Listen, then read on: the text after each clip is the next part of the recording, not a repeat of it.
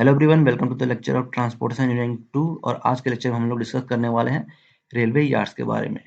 तो ठीक है, स्टार्ट करते हैं। A yard is a system of track layout to deal with the passenger as well good traffic being handled by railway.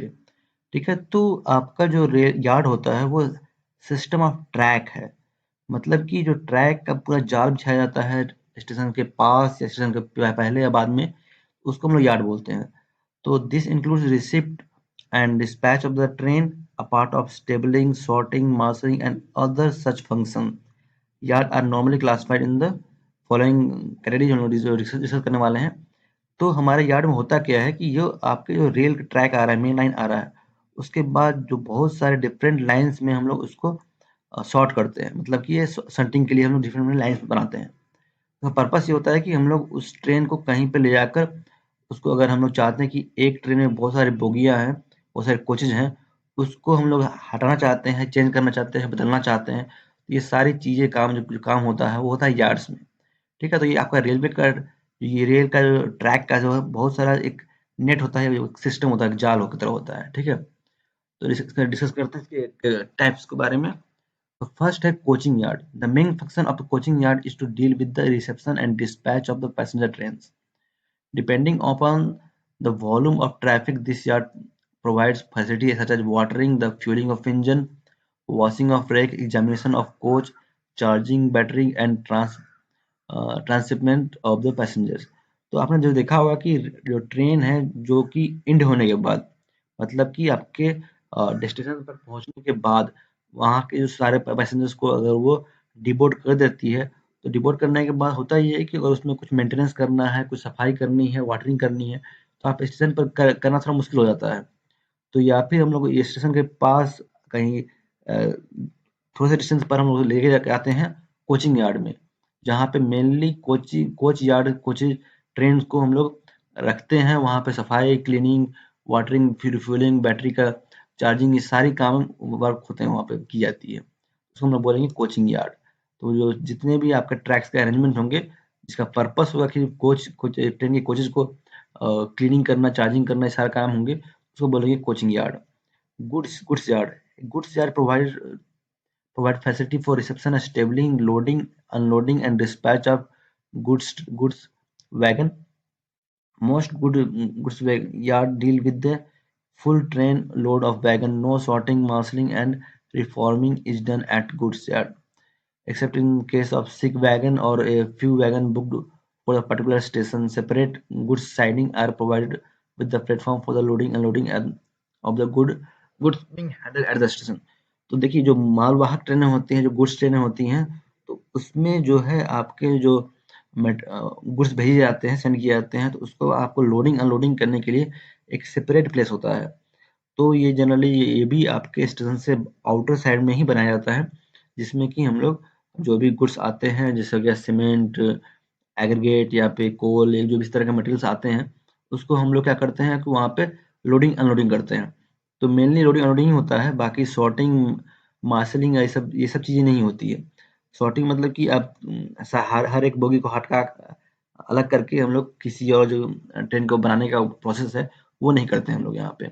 बस accept कि किसी बोगी में अगर कुछ प्रॉब्लम आ गया है, कुछ प्रॉब्लम मतलब सिक हो गया है, कुछ इशू है, तो उसको हम लोग हटाकर उसको सेपरेट करके हम लोग कहीं पे वहाँ पे साइडिंग के थ्रू हम लोग उसको सेपरेट कर सकते हैं। तो ये हमारे जो फैसिलिटी होती है गुड्स यार्ड में होती है। तो आपने देखा होगा कि पटना जंक्शन के आगे दानापुर जंक्शन पे हम लोग इस तरह की फैसिलिटी प्रोवाइड की गई है, या फिर आप मोतिहारी में आते हैं तो मोतिहारी के आउटर साइड में भी इस तरह की फैसिलिटी प्रोवाइड की गई है। नेक्स्ट चलते हैं लोकोमोटिव यार्ड्स पर। This is the yard which house the locomotive facility for the watering, fuelling, examining locomotives, repairing. ठीक है, are provided in this yard. The yard layout is designed depending upon the number of locomotive required to be housed in the locomotive set. The facilities are so arranged that a requisite number of the locomotive are serviced simultaneously and readily available for hauling the train. Such yards should have adequate space for sorting, refueling, and fuel. The water supply should be adequate for washing the locomotive and servicing them. तो होता ये है कि जो आपके सिर्फ locomotive के purpose के, लोकोमोटिव के आपके मेंटेनेंस के पर्पस के, फ्यूलिंग वाटरिंग के पर्पस के लिए जो यार्ड बनाए जाते हैं उसको बोलते हैं लोकोमोटिव यार्ड।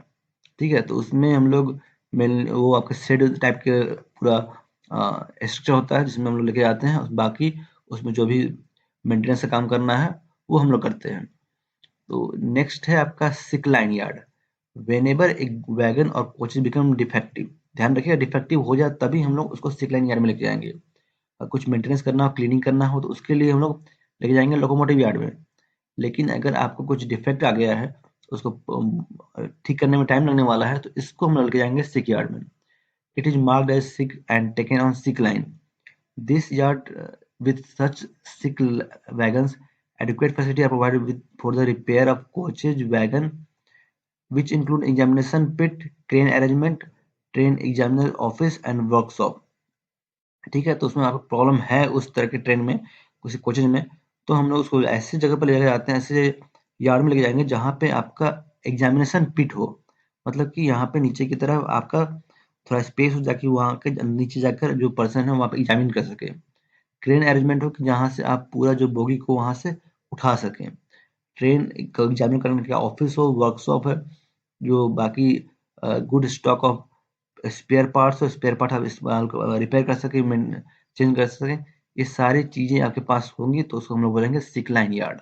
ठीक है, नेक्स्ट है आपका मार्शलिंग यार्ड। ये बहुत इंपॉर्टेंट यार्ड है। The marshalling yard is a yard where goods trains are received and sorted out and new trains are formed, finally dispatched to various destinations. This yard receive loaded as well as empty good wagon from different stations for further booking to the different destination. These wagons separated, sorted, properly marshaled, and finally dispatched, bearing full train load to various destinations. The marshalling of trains is done uh, so that the wagon can be conveniently detached without much shunting en route at wayside station. ठीक है, तो अब है कि हमारे पास जो है एक जो गुड्स ट्रेन होती है, गुड्स ट्रेन है, तो गुड्स ट्रेन में जितने भी बोगियां हैं तो वो जरूरी नहीं है कि आपका जो बोगी है उसमें सेम मटेरियल आपका फिल हो। ठीक है, तो गुड्स ट्रेन है उसमें जो भी बोगी है उसमें जरूरी नहीं कि सेम मटेरियल आपका फिल हो। तो हो सकता है कि आपके कोई मतलब कुछ बोगी में आपका कोल भरा हुआ हो, कुछ में एग्रीगेट भरा हुआ हो, कुछ में आपका सीमेंट भरा हुआ हो, या कुछ में अदर चीजें भरी हुई हो। तो आपको हम लोग जो भी लोडिंग होता है वो एक ही स्टेशन पे, एक ही प्लेटफॉर्म पे नहीं हो पाता है। तो हम लोग करते क्या है कि आपका जो डिफरेंट लोकेशन जो ट्रक्स आते हैं, ट्रक्स से हम लोग लोडिंग करते हैं हम लोग डिफरेंट डिफरेंट लोकेशन पे, डिफरेंट डिफरेंट बोगी में। ठीक है, तो यहाँ पे कहीं पे आपका कोल लोड हो रहा है, कहीं पे आपका सॉल्ट लोड हो रहा है, कहीं पे सीमेंट लोड हो रहा है। तो उसके बाद सारे जो बोगी होती हैं, सारी बोगीज को कनेक्ट करके एक पूरा ट्रेन बनाया जाता है। पूरा ट्रेन बनाने का जो प्रोसेस है उसको बोलते हैं सॉर्टिंग करना। फिर बाद में उसको मार्शलिंग करना। मार्शलिंग करने के बाद हम लोग उसको एक पूरा ट्रेन बनाकर आगे की तरफ मतलब डिपोर्ट करते हैं, तो डिपार्चर के लिए तैयार हो जाती है वो ट्रेन। तो इस सारा जो ऑपरेशन है वो हमारा होता है मार्शलिंग यार्ड में। ठीक है, तो हमारे जैसे जो रिक्वायरमेंट है उसके अकॉर्डिंग कि किस स्टेशन पे भेजना है, उसके अकॉर्डिंग एक ट्रेन में कौन कौन से बोगी होनी चाहिए, कौन कौन से मटेरियल भेजना है, उसके अकॉर्डिंग हम लोग सारे जो बोगीज को अरेंज करते हैं, मार्शलिंग करते हैं। ये सारा काम होता है हमारा मार्शलिंग यार्ड में। तो फंक्शन क्या होता है मार्शलिंग यार्ड का? पहले होता है रिसेप्शन करना, मतलब सारा जो ट्रेन आ रहा है उसको रिसीव करना। उसके बाद उसमें सॉर्टिंग करना। Trains are normally sorted with the help of hump with shunting neck and sorting siding. इसके बारे में मैं आगे डिस्कस करूंगा कि शंटिंग कैसे करते हैं हम्प से। नेक्स्ट मतलब कि सॉर्टिंग होता है कि आपको सॉर्ट करना है कि जो भी एक टाइप का मटेरियल है उसको अलग करना, फिर दूसरे टाइप का मटेरियल है उसको डिफरेंट लेके जा लोकेशन पे लेके जाना। और या फिर जो भी डिफरेंट डिफरेंट टाइप के मटेरियल्स का बोगी है उसको कंबाइन करके एक ट्रेन बनाना। उसके बाद आता है departure train. Train depart from the departure yard where various line are provided for this very purpose. Separate yard may be provided to deal up with the down traffic as well as through traffic which need not be sorted। तो मतलब कि अगर जो sorting करने की जरूरत नहीं भी है तो फिर डिपार्चर यार्ड में लेके जाकर लगते हैं कि आगे की जब लाइन क्लियर हो जाए तो आगे हम लोग ट्रेन को जाने दिया जाए। ठीक है, अब चलते हैं प्रिंसिपल ऑफ डिजाइन। तो हमारे पर्पस क्या होता है, क्या हमारे पास फंक्शन है मार्शलिंग यार्ड का, जिसके अकॉर्डिंग हम लोग डिजाइन करते हैं मार्शलिंग यार्ड। तो ये थोड़ा सा आपका टिपिकल होता है, क्योंकि इसमें बहुत सारी फैसिलिटी देनी पड़ती है ताकि आप इजीली जो है ट्रेन के बोगी को अलग कर सके और दूसरी ट्रेन में जोड़ सके। ये थोड़ा सा टिपिकल होता है। तो marshalling yard should B design that in minimum detention of wagon in the yard as such sorting can be done as quickly as possible।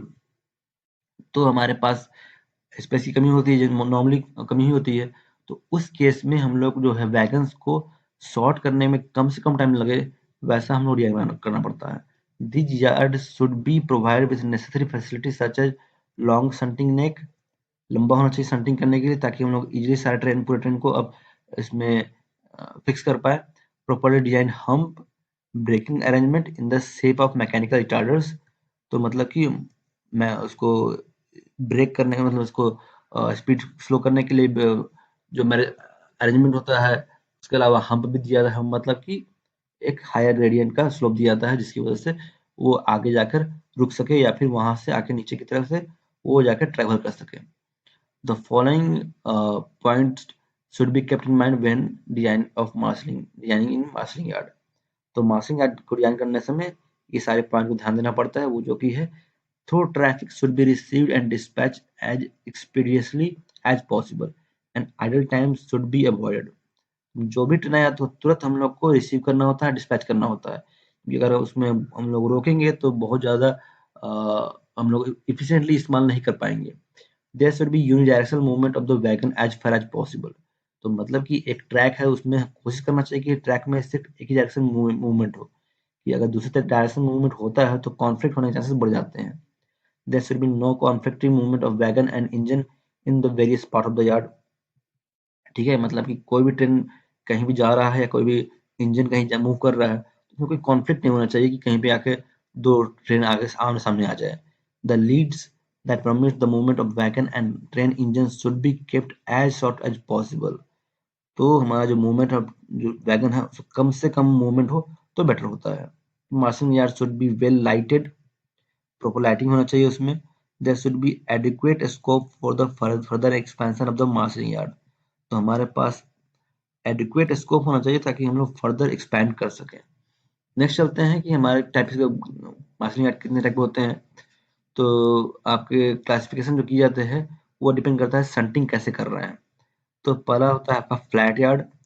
In this type of yard जो है the all tracks are laid almost level and wagons are relocated for sorting.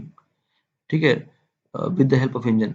तो होता ये है कि पूरा जो yard है, पूरा जो सिस्टम है रेलवे ट्रैक का, वो एक लेवल में होता है। मतलब कि एक ही लेवल में सारा ट्रेन का पूरा जाल बिछा हुआ रहेगा, उसी में ही आपका सारा सॉर्टिंग, रिसीविंग, डिस्पैचिंग सारा काम होता है।